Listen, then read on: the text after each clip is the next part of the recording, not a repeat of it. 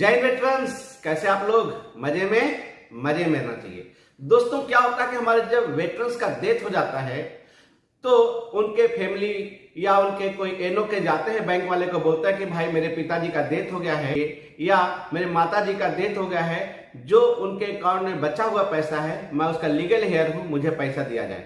Bank वाला क्या बोलता है, नहीं पैसा नहीं दूंगा, आपका ये पेंशन अकाउंट है और आपको पीसीडीए प्रयागराज से ही आपको एनओसी लेके आना पड़ेगा, क्योंकि अब आपका पेंशन बैंक से स्पर्श में शिफ्ट हो गया है और ये पेंशन अकाउंट है। तो जब तक पीसीडीए प्रयागराज लिख के नहीं देगा, एनओसी नहीं देगा, ये पेंशन अकाउंट बंद नहीं कर सकता हूं और इसमें जो पैसा जमा है वो भी आपको नहीं दूंगा।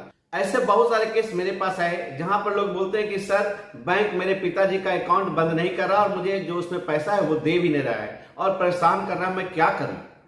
ऐसे बहुत सारे केस जब पीसीडीए प्रयागराज में गया तो उन्होंने एक सर्कुलर इशू किया 228 में, उसके बारे में आपके साथ डिस्कस करता हूं और आपको बताता हूं कि अगर आपके आसपास पड़ोस में किसी वेटरन्स का डेथ हो जाता है या आपका खुद का ही पैसा बैंक के पास पड़ा हुआ है और बैंक आपका अकाउंट क्लोज करके नहीं दे रहा, तो आपके रूल क्या है, मैं 1 by 1 आपको पीसीडीए प्रयागराज का सर्कुलर 228 एक्सप्लेन करूंगा, जिसके आधार पर आप बैंक में अप्रोच कर सकते हैं और कह सकते हैं ये रेगुलेशन है। ये सर्कुलर सारे सीपीपीसी के सारे बैंकों को दिया गया है। तो चलिए इसमें क्या लिखा हुआ है मैं आपको बताता हूं। सबसे पहले सब्जेक्ट में क्या लिखा हुआ है, procedure for obtaining NOC no objection certificate to withdraw the amount from the pension account. Let grievances or pensioner, family pensioner or their heir nominees are being received stating that bank is not making payment laying in credit of pensioner/family pensioner account to their heir. Banks are insisting for no objection certificate from this office from the heir or nominee of account. पहले क्या होता था, आपका pension document CPPC में रहता था, bank होता था पेंशन डिस्ट्रीब्यूटिंग एजेंसी, आपका पेंशन आता था बैंक में, कैलकुलेशन होता था बैंक में और पेंशन बैंक वाला ही आपको देता था। उसके बाद बैंक आगे से पैसा अपना ले लेता था। लेकिन जैसे ही आपका पेंशन स्पर्श में ट्रांसफर हो गया, अब बैंक का कोई लेना देना नहीं, बैंक का पीडीए का रोल खत्म हो गया है। Seeking NOC from PCDA pension Prayagraj for release of amount which remains undrawn. This is defense pensioner family pensioner account is not in order. It will be regulated as under. चूंकि बैंकों का PDA का role खत्म हो गया है तो pensioner से या फैमिली पेंशनर से, चाहे एनओ के से, चाहे नॉमिनी से इंसिस्ट करना कि जाकर पीसीडीए प्रयागराज से आप एनओसी लेके आओ, ये ऑर्डर में नहीं, यानी ये गलत है। आपको इस बात को याद रखिए। अगर कोई बैंक वाला आपसे मांगता है कि पहले आप जाके एनओसी प्रयागराज से लेके आओ, तो वो गलत बोल रहा है, ये ऑर्डर में नहीं है, ऐसा पीसीडीए का सर्कुलर 228 में लिखा हुआ है। अब पारा 2(1) सब पारा ए में क्या लिखा हुआ है ये मैं आपको बताता हूं एक्सप्लेन करके। Family pension being sanctioned paid through Sparsh after report of death of pensioner family pensioner any excess amount disbursed after death of the pensioner family pensioner is being adjusted by Sparsh from arrears monthly family pension. जैसा कि अगर किसी veterans का death हो जाता है तो उसके बाद फैमिली पेंशन के लिए आप अप्लाई करते हैं, तो होता क्या है, पैसा तो बैंक वाला दे नहीं रहे, पैसा दे रहा है पीसीडीए प्रयागराज सीधे आपके अकाउंट में। तो एडजस्टमेंट करना कि आपको ज्यादा पैसा दिया या कम पैसा दिया, ये पीसीडीए प्रयागराज का काम है, बैंक का काम नहीं है। Hence, bank will release amount of pension, family pension credited prior to death of pensioner, family pensioner to the nominee as per banking nomination rule. PCDA क्या बोल रहा है कि पीरियड डेथ, अगर किसी वेटरन्स का डेथ हुआ उससे पहले का जो भी पैसा है उसको बैंक को, लीगल हेयर को या फैमिली पेंशनर को देना है, जो बैंकिंग रेगुलेशन के हिसाब से है, नॉमिनी के अनुसार। यानी जिसका नॉमिनी है उसको पैसा बैंक को देना वो हेल्ड नहीं कर सकता है। ये सर्कुलर में ऐसा लिखा हुआ। अगर कोई आपको बोलता है कि पैसा नहीं दूंगा तो आप ये सर्कुलर को रिफर कीजिए। However, amount credited to deceased pensioner bank account after his or her death will be paid to family pensioner account without making any reference to PCDA pension. Copy of corrigendum PPO first pension slip generated in a spurs could be however verified by bank for assuming sanction of family pension. लो भाई, एक और अच्छी बात, अगर किसी veterans का death हो गया है और आपने फैमिली पेंशन के लिए अप्लाई किया है और फैमिली पेंशन सैंक्शन हो गया, तो पीरियड डेथ ही नहीं, पोस्ट डेथ यानी किसी वेटरन्स का डेथ हो जाता है, उसके बाद भी अगर बैंक अकाउंट में पैसा आ गया है तो उस पैसे को बैंक रोक नहीं सकता है। उस पैसे को भी बैंक को रिलीज करना पड़ेगा, फैमिली पेंशनर को, लीगल हेयर को।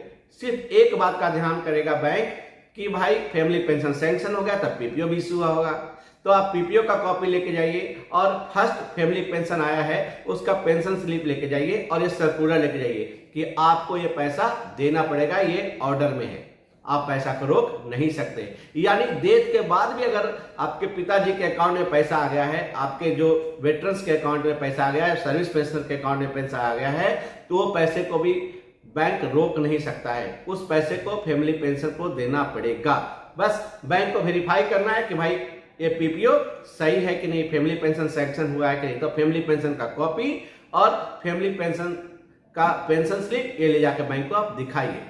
In case where no family pension being sanctioned or no eligible family member to receive family pension is available in Spurs, bank will release amount which was credited in bank account of deceased pensioner, family pensioner prior to month of death of the pensioner, family pension.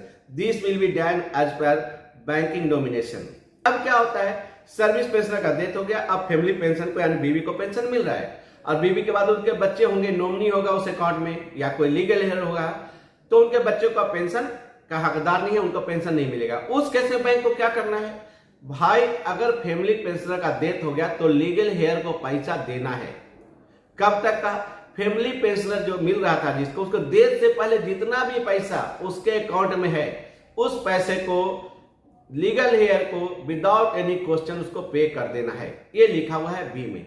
Bank मना नहीं कर सकता कि आप जाइए PCD Prayagraj से आप कुछ लिखवा के आइए, ऐसा बिल्कुल गलत है। अगर आपके माता जी का डेथ हो गया है या फैमिली पेंशनर का डेथ हो गया है तो जो लीगल हेयर है, भले वो पेंशन के लिए एलिजिबल हो या ना हो, अकाउंट में उनके डेथ से यानी फैमिली पेंशन के डेथ होने से पहले जो पैसा आया था उसके ऊपर उसका पूरा हक है और बैंकिंग रेगुलेशन के हिसाब से बैंक को उसको पूरा पैसा देना पड़ेगा। फिर लिखा हुआ है, bank need not to make any reference to PCD Prayagraj before release of said amount, however any amount credited during the month of death और thereafter to the account of family pensioner or pensioner will not be released by the bank to the nominee। जिस महीने family pensioner का death हुआ है वो पैसा bank आपको नहीं देगा, ये पैसा सेटलमेंट के बाद ही देगा। मान लीजिए किसी का डेथ होता है 15 जनवरी को और फरवरी में उसका लीगल हेयर या नॉमिनी आकर बोलता है कि भाई मुझे पैसा दिया जाए इस अकाउंट का पैसा, लेकिन उस केस में बैंक आपको पैसा उस मंथ का नहीं देगी। उस केस में क्या होगा, पीरियड डेथ जो पैसा है आपको मिलेगा, लेकिन उस मंथ का पैसा बैंक को पीसीडी प्रयागराज रिफ्रेश करेगा, बताएगा कि ये पैसा आप मुझे रिफंड कीजिए। ये अगला पारा में ऐसा लिखा हुआ है। पहला थ्योरी में लिखा हो कि जिस महीना में पेंशनर का या फैमिली पेंशनर का डेथ हुआ है और वो पैसा है, उस पैसे का क्या होगा, कुछ नहीं होगा दोस्त। पीसीडी प्रयागराज बैंक को एक लेटर देगा, ईमेल भेजेगा कि इस फैमिली पेंशनर का, इस पेंशनर का इतना अमाउंट बनता है, इतना पैसा आप उनको दीजिए और बाकी पैसा पीसीडी प्रयागराज के अकाउंट में जो आरबीआई के अकाउंट नंबर नीचे दिया हुआ है, principal controller of defence account, उसमें आप जमा कर दिए। और ये बैंक का काम है कि पीसीडी प्रयागराज के लेटर को, ईमेल को फॉलो करते जो पैसा बचा है उसको पीसीडी पेंशन को दे और बाकी पैसा जिसका आप इंटाइटलमेंट है वो आपको मिलेगा।